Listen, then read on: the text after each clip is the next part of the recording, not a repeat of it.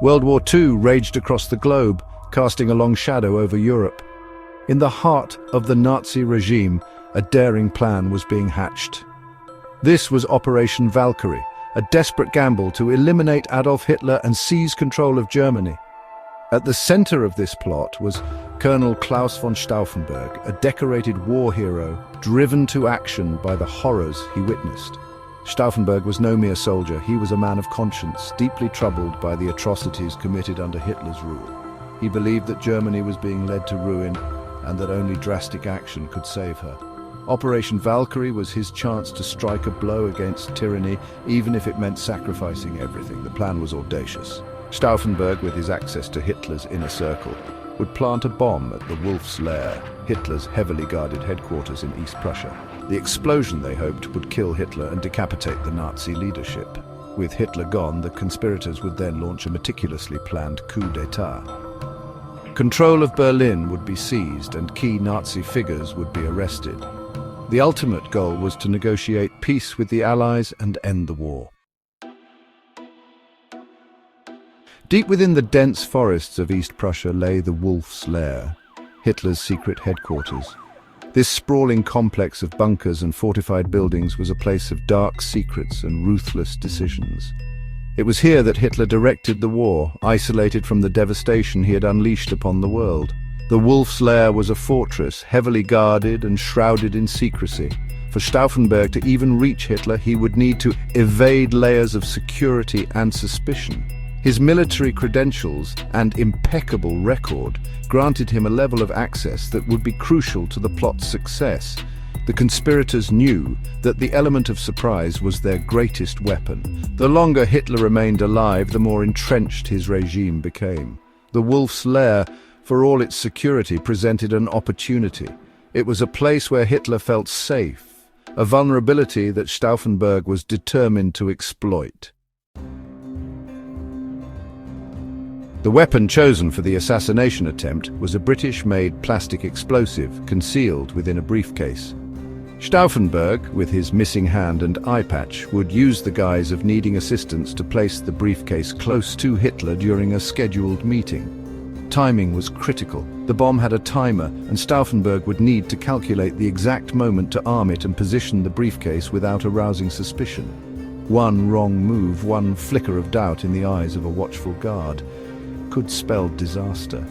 The weight of the bomb, the fragility of the detonator, and the constant fear of discovery weighed heavily on Stauffenberg's mind. Each step closer to the Wolf's Lair brought him face to face with the enormity of his task. The morning of July 20th, 1944, dawned heavy with anticipation. Stauffenberg, carrying the fate of Germany in his briefcase, flew to the Wolf's Lair for the meeting with Hitler. His nerves were steel, his resolve unwavering.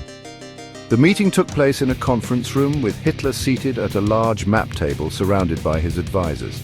Stauffenberg, under the pretense of taking a phone call, excused himself to a side room and armed the bomb. Returning to the conference room, he placed the briefcase under the table near Hitler. Minutes ticked by, an eternity in the minds of the conspirators. Then, the bomb exploded. Section 5, the price of failure. The explosion ripped through the conference room, sending splinters of wood and debris flying. Smoke filled the air, obscuring the scene.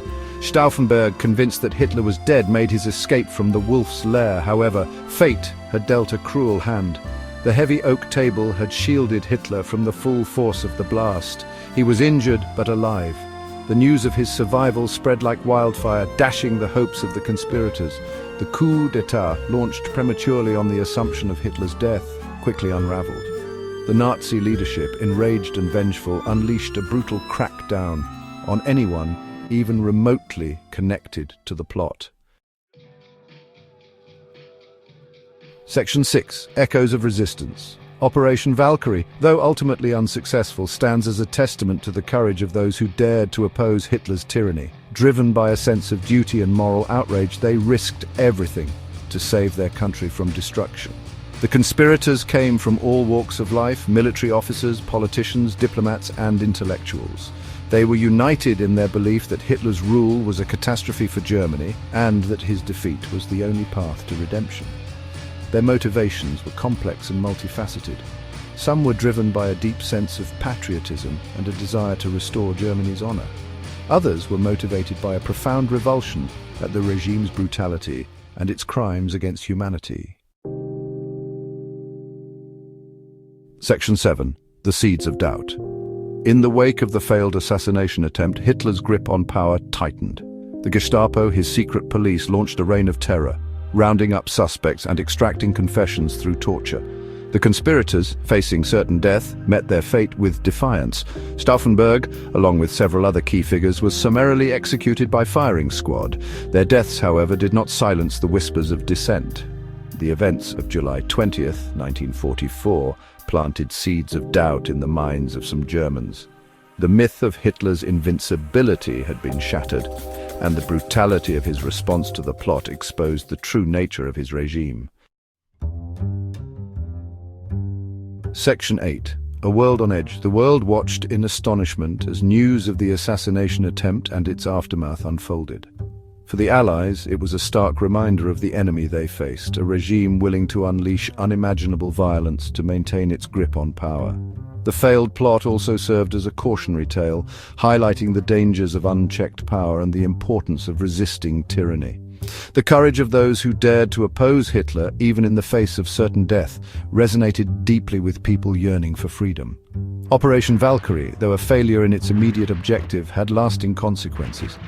It inspired acts of resistance in other occupied countries and fueled the determination of the Allies to defeat Nazi Germany.